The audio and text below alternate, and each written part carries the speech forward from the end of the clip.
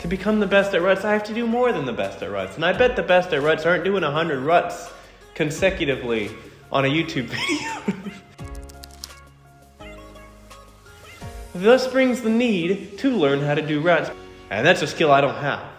Let's get into it. I wasted enough of your time already, even though it's been like 15 seconds. Okay, let's do it. Let's go. Bye. Is this what giving up feels like? I don't know. Is this what giving up feels like? I don't know. I don't know. Tell me have I lost my mind?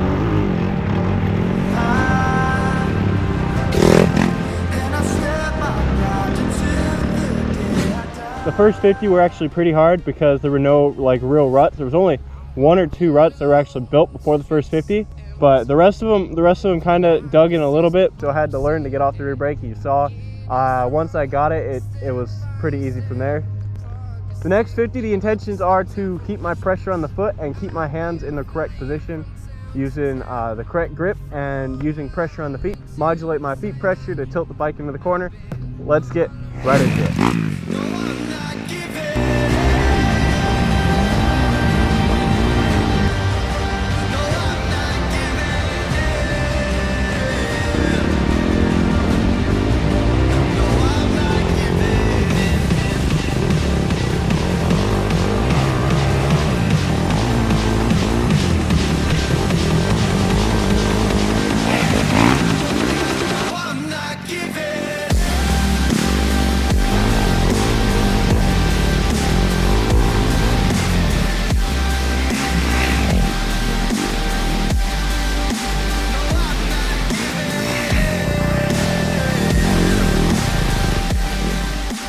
I executed on my intentions for that one. Pressing on the inside foot, played around with pressing on the outside foot.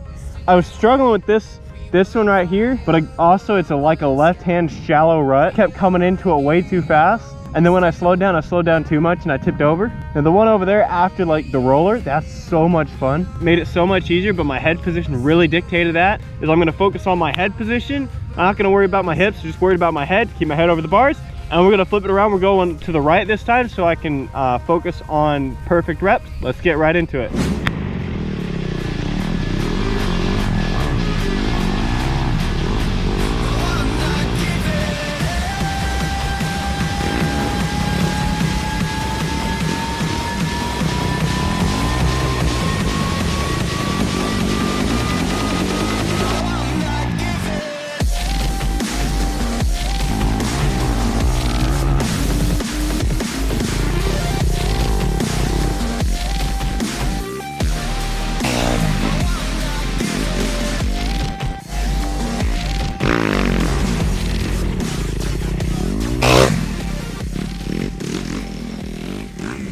So 150 done.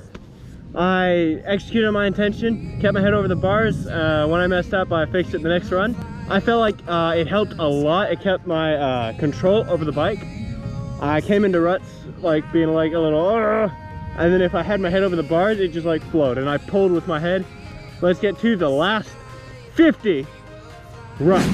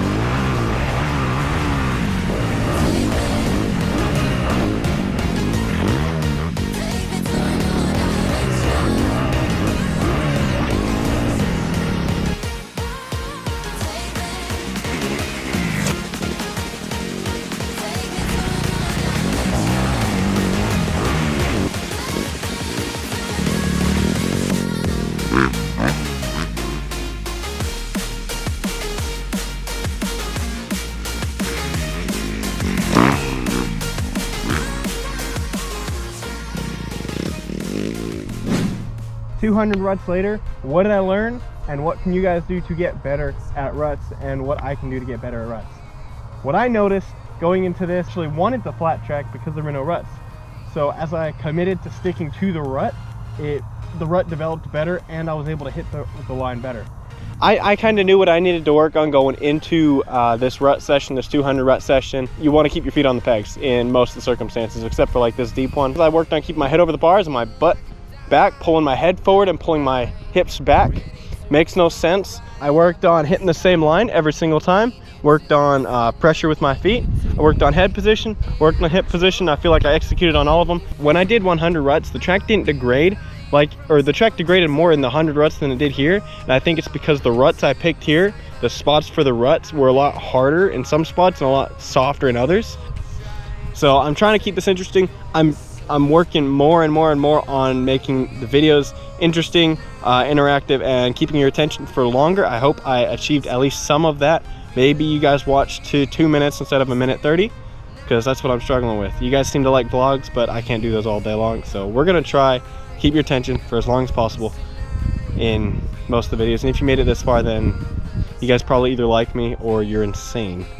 You're probably insane just like me, and I like you for that. You're my friend. Like button, comment, subscribe.